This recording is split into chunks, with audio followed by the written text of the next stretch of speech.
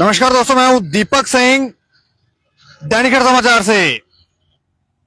ये जो तस्वीरें हम आपको स्क्रीन पर दिखा रहे हैं, ये दरअसल ये तस्वीरें नगरोटा की है, नगरोटा पुलिस स्टेशन के बाहर की।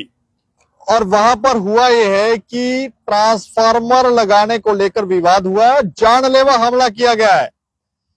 इस तरह से कोशिश की गई है सामने वालों को खत्म करने की, ऐसा लगता है। जो वहां के जो बयान हमारे पास आए हैं और जो तस्वीरें आई हैं, एक का तो कान ही कट गया है, दूसरे की टांग ही शायद फ्रैक्चर हो गई है। इस तरह से प्रहार किए गए हैं, इस तरह से अटैक किया गया है। और इस मामले में आपको जानकारी दें कि ये लोग ये कहते हैं कि वहां पर ट्रांसफार्मर वो लगवा रहे थे, क्योंकि बिजली आप जानते हैं कि वैसे तो कहा गया था कि अब 24 घंटे जहां जहां स्मार्ट मीटर लगे हैं 24 घंटे लाइट आएगी, लेकिन बीच में लाइट जा रही है, कट रही है। कहीं ऐसे इलाके हैं लाइट कटती है और फिर विवाद भी होते हैं। और यहाँ पर जानकारी ये है कि लाइट नहीं थी, ट्रांसफार्मर शायद जल गया था, तो उसको ये लोग ठीक करवा रहे थे। और वहां पर फिर हुआ क्या कि दूसरी एक पार्टी आ गई, वहां शायद अनबन हो गई और उन लोगों ने वहां पर वापस गए तो वो हथियारों के साथ, बेसबॉल के डंडों के साथ वहां पर पहुंचे और उन्होंने आकर अटैक किया, जिससे कुछ लोगों को काफी चोटें आई हैं, कान कट गया है, ऐसे वो कह रहे थे जानलेवा हमला किया है। तस्वीरें दिखा दें एक बार फिर से आपको हमारे अरुण जी, क्योंकि थोड़ा लाइट, अरुण जी देखो दिख रही है। हाँ, ये तस्वीरें हैं नगरोटा की, जहां पर ये सारे लोग जो है वो एकत्रित हुए हैं। ये देखें, पुलिस स्टेशन नगरोटा के बाहर की ये तस्वीरें, लोग एकत्रित हुए हैं।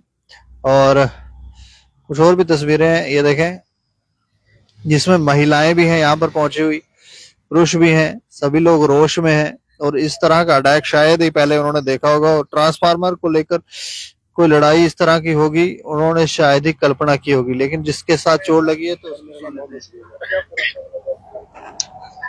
सब 2 दिन से लाइट नहीं थी, तो लाइट की वजह से दुराऊं छोटे छोटे बच्चे पानी के लिए तरस रहे थे क्योंकि लाइट नहीं थी। तो सारे एक दिन गया, तो दूसरे दिन फिर हम आगे लैंडमैन के पास, जेई साहब के पास आए, तो उनको बोला भाई देखो चेक करो क्या फॉल्ट है। तो देखा उन्होंने कि ट्रांसफार्मर हमारा जल गया है। उन्होंने बोला 3 के 4 बजे आ जाएगा।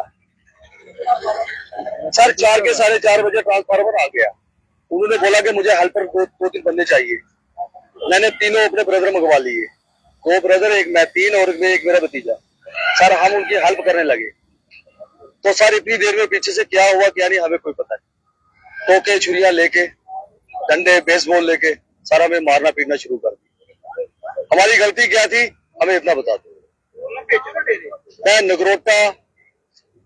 नगरोटा SHO से अपील करता हूँ, रिक्वेस्ट करता हूँ कि जल्द से जल्द ये बंदे गिरफ्तार होने चाहिए और सख्त से सख्त कार्रवाई इनके साथ होनी चाहिए।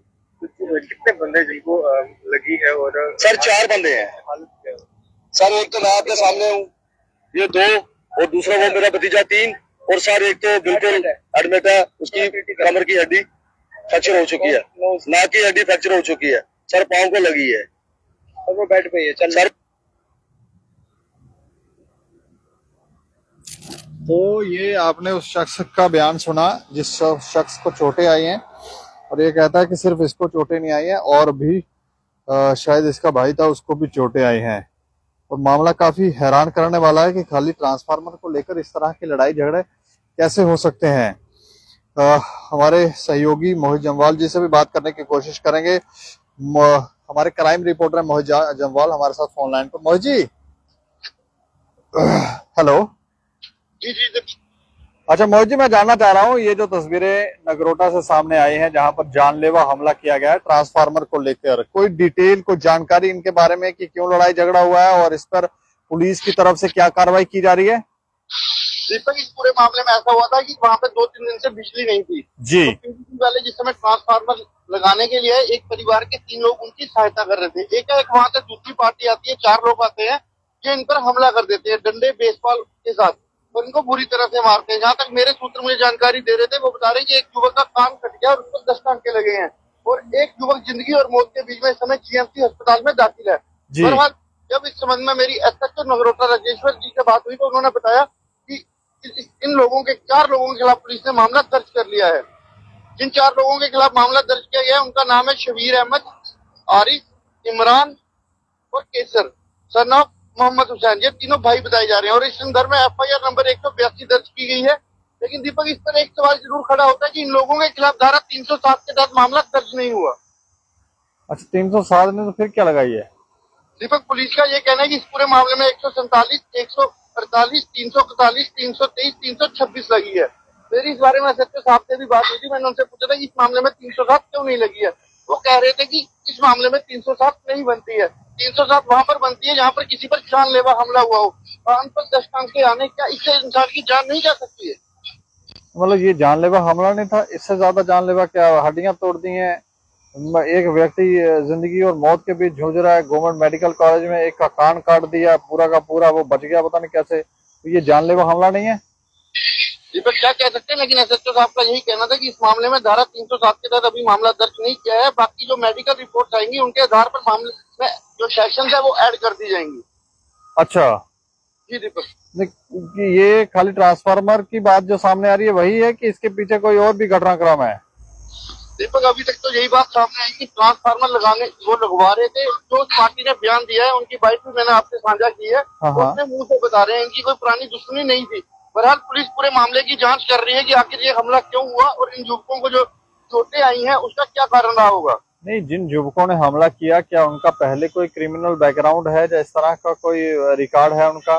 कोई बदमाश है उस इलाके के? दीपक, अभी तक ऐसी कोई भी बात सामने नहीं आई है। चलिए, शुक्रिया हमें जानकारी देने के लिए। तो ये देखें, मात्र ट्रांसफार्मर लगाने को लेकर जो अभी तक बात सामने आ रही है, ट्रांसफार्मर लगाने को लेकर ये विवाद वहां पर हुआ है, मारपीट हुई है, तेजधार हथियारों से प्रहार किए गए हैं, बेसबॉल के डंडों का इस्तेमाल किया गया है, लाठियों का इस्तेमाल किया है और ना जाने क्या क्या। लेकिन इस मामले में हैरानगी सिर्फ इस बात की है कि इस मामले में धारा 307 के तहत मामला क्यों दर्ज नहीं किया गया। इस खबर के ऊपर आप प्रतिक्रिया रखें और देखते रहें दैनिक खबर समाचार। मुझे और मेरे सहयोगी अरुण कुमार को दें इजाजत। नमस्कार।